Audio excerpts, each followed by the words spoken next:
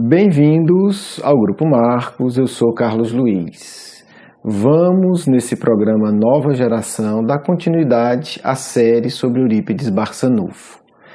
Bem, nós falamos nos programas anteriores sobre o nascimento, sobre a conversão de Eurípides ao Espiritismo, sobre a rejeição que ele enfrentou de toda a sociedade e sobre a mensagem que ele recebeu de Maria de Nazaré, a mãe de Jesus, orientando três coisas.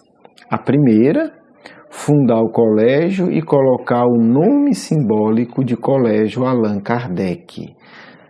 Nós explicamos um pouco esse símbolo. Obviamente, Kardec é o nome de um personagem histórico, de uma pessoa que existiu, foi um sacerdote druida na época do Império Romano, mais ou menos perto da época do Cristo, e um pouco depois, na verdade, e é o nome que o Hippolyte Léon Denisard Rivail, o codificador, o estruturador do Espiritismo, usa.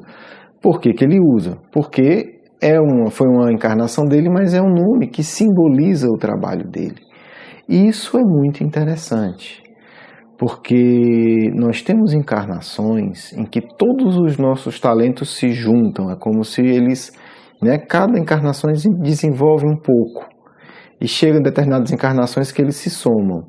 É como se, por exemplo, numa encarnação desenvolvesse muita música, na outra pintura, e muitas encarnações.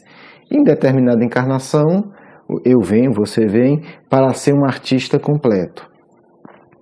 A encarnação de Rivail, é um tipo de encarnação como essa, quer dizer, ele se prepara ao longo dos séculos e dos milênios e chega uma encarnação em que é a missão dele. E essa encarnação ele congrega tudo e adota o nome simbólico de Allan Kardec. Daí Maria de Nazaré sugere que Eurípides coloque o nome Colégio Allan Kardec. O segundo tópico foi o curso do Evangelho, que ela orienta a Eurípides a instituir às quartas-feiras um estudo do Evangelho. A gente já comentou, teve o programa anterior da nossa série sobre isso, explicando cada coisa. A terceira coisa que ela orientou foi um curso de astronomia. E aqui a gente vai conversar um pouco para tentar entender, começar essa reflexão. Por que Maria de Nazaré, além de orientar Eurípides, colocar o nome Colégio Allan Kardec, além de orientar Eurípides instituir o estudo do Evangelho, ela também orienta Eurípides a instituir um curso de astronomia. Não é interessante, não é curioso, não chama a atenção esse pedido, essa orientação de Maria de Nazaré a Eurípides Barçanufo? O próprio Eurípides vai dizer que a astronomia é a ciência que mais aproxima a criatura ao Criador, o indivíduo, nós seres humanos, a Deus. Por quê? E aqui vão as minhas reflexões, porque Eurípides, até onde eu saiba, não escreveu desenvolvendo essa ideia. Bem, eu acho que a primeira coisa, quando a gente lida com a astronomia, e todos nós somos astrônomos amadores, queiramos ou não, porque ao longo dos milênios nós nos orientamos pelas estrelas. A verdade é que hoje, nesse momento difícil, nessa encarnação tão tumultuada, muitos de nós sequer olham para a Lua. Então a astronomia ela vai estudar os astros, as estrelas, a Lua, os cometas, os astros, o universo. Mas todos nós temos uma ligação profunda com o universo. Nós fazemos parte dele. Quando a gente começa a fazer algumas reflexões astronômicas, seja lendo um livro, seja vendo um documentário, tem um excelente documentário chamado Space, produzido pela BBC da Inglaterra, que mostra muito bem isso. Antes dele teve um documentário que marcou a vida de muitos de nós, chamado Cosmos. Hoje ele está numa outra edição, com uma outra pessoa. A primeira era com Carl Sagan. Bem, são só exemplos de como a astronomia pode nos engrandecer. Quando a gente se dá conta, começa a se dar conta da grandeza do universo, não tem como não nos espantarmos. Eu acredito que a astronomia ela nos dá, em alguma medida, que a gente pode tentar captar a grandeza de Deus.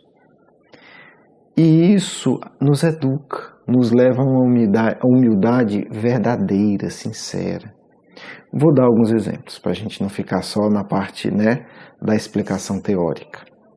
Por exemplo, você já se deu conta que o bairro que nós habitamos se chama Via Láctea. Esse bairro, que é um pequeno bairro do universo, ele tem em torno de 400 bilhões de sóis.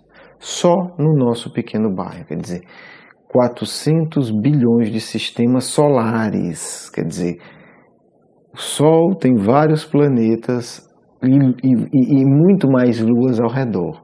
Aí você imagina quantos globos, quantos orbes em cada sol desse está ali navegando, circundando. E isso é um pequeno bairro, 400 bilhões. Quer dizer, se a gente quer fazer um cálculo humano, né, não muito justo, mas didaticamente válido, daria quantos sóis para cada um de nós da Terra se a gente fosse dividir, né? Nós somos o que? 8 bilhões. Você pega 400 e divide por 8. Daria, não fiz essa conta, vou fazer agora, sei lá. Se fosse 10 sóis para cada um, 20 sóis, talvez 3 vezes 8, 24, 8, 8, daria 5 sóis. 5 sóis, 5 sóis não. 50 sóis para cada um de nós. Olha que coisa interessante, né? Não fiz a conta antes. Você imagina que para cada habitante da Terra nós poderíamos dividir o nosso pequeno... Claro que, né, não vai acontecer, mas assim, só para a gente ter ideia da grandeza. Para cada pessoa que você vê na Terra, existe em torno de 50 sóis, 50 sistemas solares na Via Láctea, para cada pessoa encarnada no planeta Terra. Porém, pode entender o seguinte: quantas galáxias a gente conhece? Que então está falando do universo. Nós estamos falando daquilo que a gente pode estimar. E os cálculos não são exatos, pode ser muito mais. Mas hoje a humanidade, a ciência nos aponta que a gente tem em torno de 400 bilhões de galáxias. De 200 a 400 bilhões de galáxias. Deu para começar a sentir a grandeza do que é que a gente está falando. Agora, também a ciência já nos ensina que nós não conseguimos ver todas as galáxias. Então a gente está falando de um universo visível, né? Vamos pegar por baixo. 400 bilhões de sóis na nossa galáxia, que não é a maior de todas, está muito longe de ser. E vamos botar no mínimo 200 bilhões de galáxias. Essa conta eu não vou nem tentar fazer, mas você multiplica 200 bilhões por 400 bilhões, você vai ter uma noção geral de quantos sóis, quantos sistemas solares existem no universo conhecido. E já se sabe que existem muitas galáxias e estrelas que nós nunca vamos ver, porque ela está se distanciando. Então nós nunca vamos chegar a captar a luz dela. Enfim, nunca vai ser vista. O dado mais surpreendente, pelo menos para mim, tudo isso que eu falei, hoje, e aí se sabe, tem uma coisa que se chama matéria escura, mas não é escura porque é negra, nada do tipo, é matéria escura porque nós não vemos, né? É uma matéria que nós não conseguimos ver. Alguns instrumentos captam, mas essa matéria que nós não vemos, elas compõem pelo menos 97% do universo. O que é que eu quero dizer? Tudo isso que eu falei não é sequer 3% do universo. Todos esses sóis, todas essas galáxias, todos esses bilhões de planetas, tudo isso é 3% do universo. Porque 97% do universo, eu estou falando só do universo conhecido, nós não sabemos nem o que é. Não se tem a menor ideia. A hipótese que se tem é que são mundos paralelos, né? Um cientista aí que ficou mais renomado e parece que é a teoria que explica um pouco melhor, ele calcula que existam 11 dimensões paralelas à nossa. Gente, eu não estou falando de espiritismo agora, eu estou falando de física, de astrofísica, de astronomia. Eu acho que deu uma noção, né? É só isso que eu queria aqui, não estou dando aula de astronomia. O que eu estou dizendo apenas é o seguinte: faz sentido a gente se dar conta de que a astronomia de fato pode nos aproximar profundamente de Deus.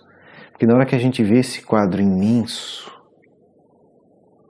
a gente começa a ter um pouco de noção de que não vale a pena nos acharmos tão orgulhosos, tão importantes, tão sabe-tudo, né?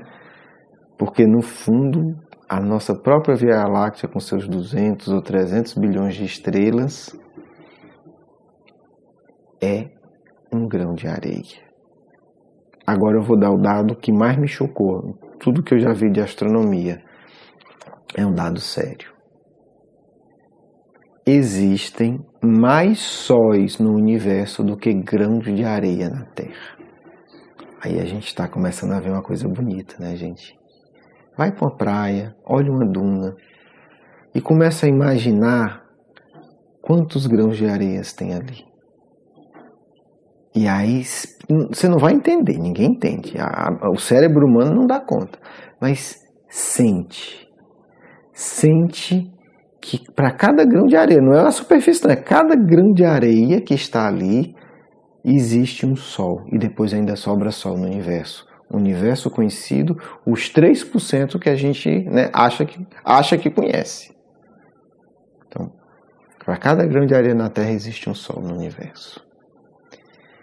Não tem como a gente não... Até choca um pouco, né? Às vezes até dói. Mas é uma dor que abre, é uma dor que expande. Por isso, né, eu acredito que também por isso Maria de Nazaré psicografa orientando Eurípides, dizendo: o nome do colégio é Allan Kardec, estudo o Evangelho de meu filho e cria um curso de astronomia. É a ciência que mais nos aproxima de Deus e talvez seja a ciência que mais vai nos ajudar a caminhar para uma verdadeira humildade, né? Porque se de um lado a gente fica pequeno, do outro a gente vai começar a entender e a sentir que nós fazemos parte de tudo isso e que Deus, né, em seu amor criou tudo isso também para nós.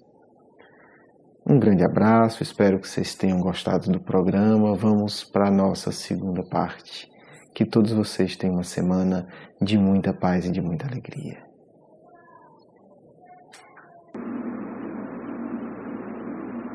Que o Cristo possa nos iluminar nesse instante, inspirando-nos a uma reflexão que precisamos fazer para abrirmos nossos corações, meus filhos, à grandeza de nosso Pai.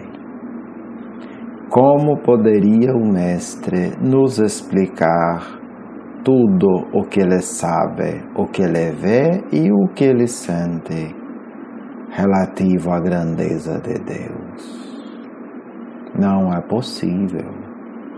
Ele pode nos transmitir, e assim o faz, o sentimento que ele tem por conhecer face a face, digamos assim, o Criador de todos nós. A grandeza de Deus é algo tão maravilhoso e tão imenso, que requer uma preparação de muitos milhões de anos de indivíduos sérios e dedicados para ser sentida em profundidade. Para vocês da Terra, o primeiro desafio, meus filhos, é pelo menos começar a sentir. Muitos de vocês se sentem angustiados quando olham ao céu, porque o céu lembra a grandeza do Pai, e vocês lembram que estão distante deles. Mas, filhos e filhas, é preciso pouco a pouco aceitar Deus dentro de si. Porque se o universo é maravilhoso, maravilhosa também é a criação íntima do Pai. É o que está dentro de vocês. É Deus dentro de vocês. O mundo externo, extremamente valioso, nos ensina a grandeza de Deus também dentro de nós.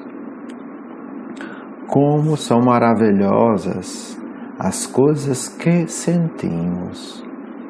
Quando abrimos nosso coração ao Criador de tudo, como tudo fica pequeno, as dores, dificuldades, problemas disso, problemas porque falaram de mim, problemas de dinheiro, problemas de status, não tenho mais minha casa assim. Quando sentimos que o ser que tudo criou também está nos guiando, quando aceitamos ser guiado por esse ser, vocês não precisam dessa mentira, achar que Deus está longe. Vocês já podem se educar a viver com a verdade, meus filhos. E a verdade é que Deus está dentro de você. Sempre esteve, sempre estará, cabendo apenas a você decidir. Aceito ser guiado pelo Pai. Aceito ser orientado por esse Criador maravilhoso, que é sempre amoroso, sempre justo, sempre bondoso. Um dos temas que nos encantam em nossos estudos aqui é justamente esse. Como pode o Todo-Poderoso ser ao mesmo tempo tão delicado? Pois Ele é capaz de guiar todas as criaturas. Ele é capaz de guiar todos os seres, mas com uma delicadeza que nos espanta. Porque Ele é capaz de guiar e ao mesmo tempo permitir livre-arbítrio. Porque não é uma máquina automática, é um diálogo.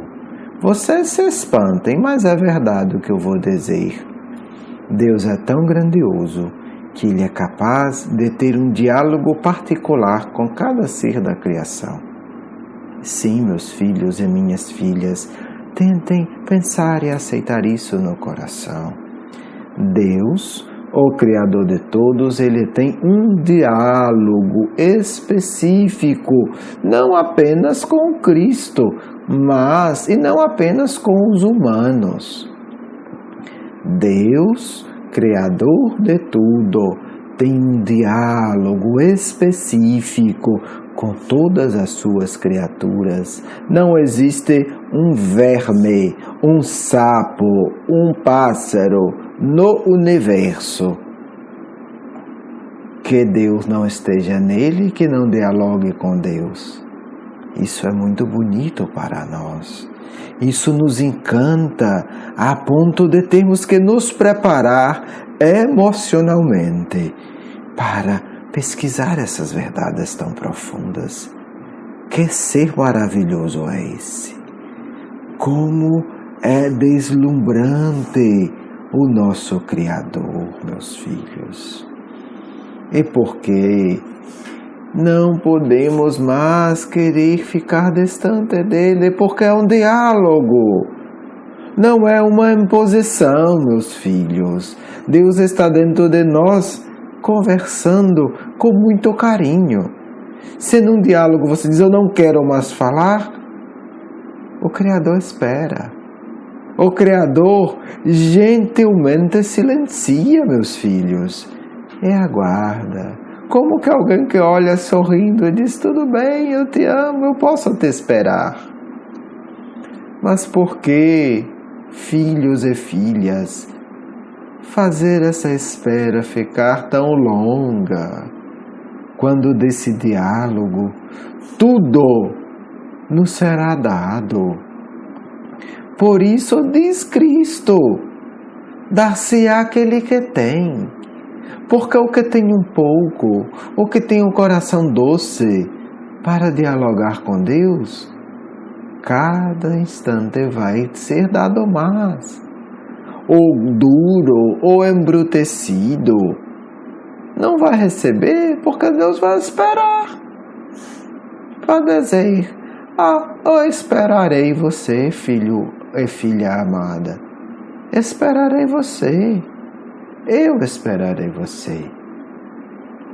E quando você quiser, eu dialogo.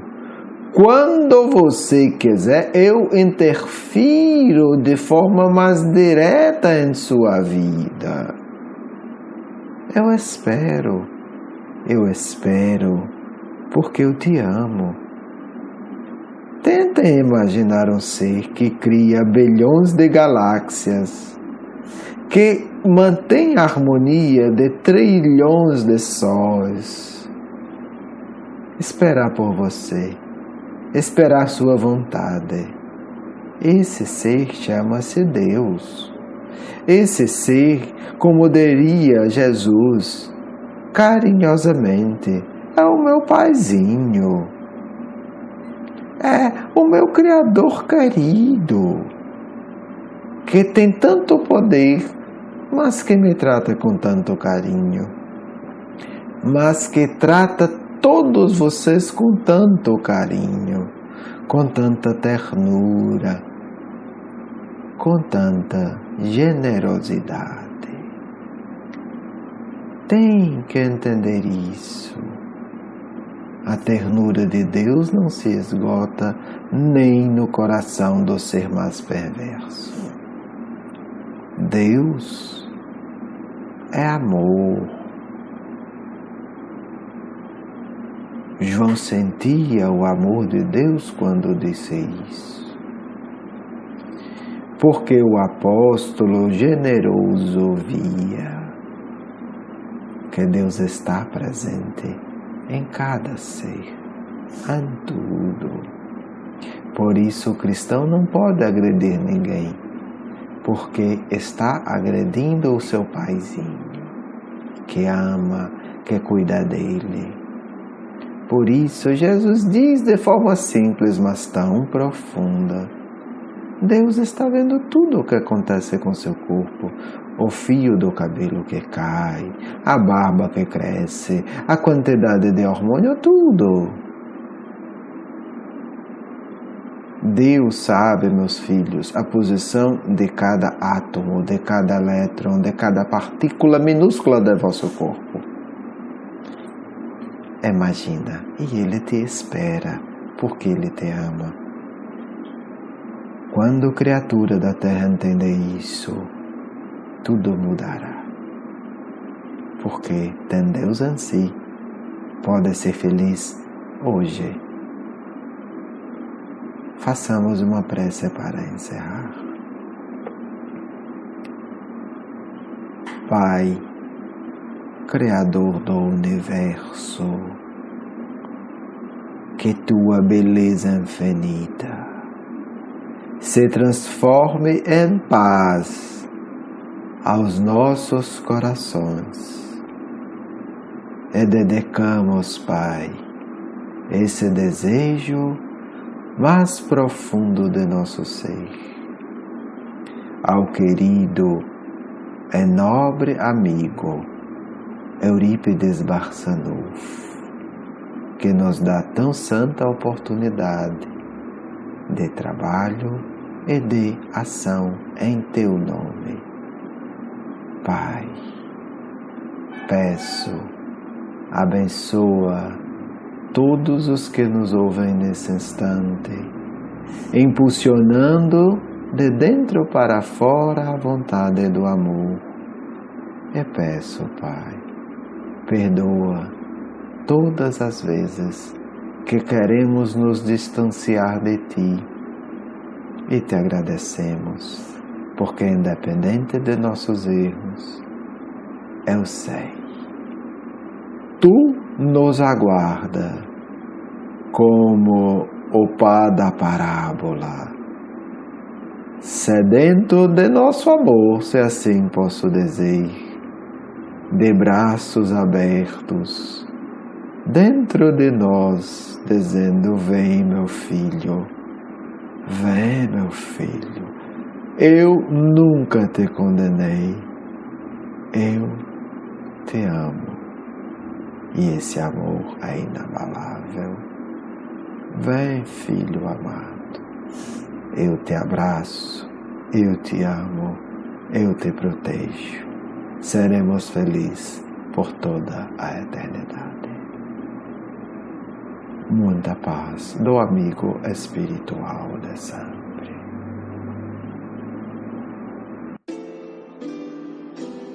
Quero agradecer o seu carinho, a sua atenção. E para conhecer mais do nosso trabalho, por favor, visite o nosso blog, grupomarcos.com.br. Um grande abraço.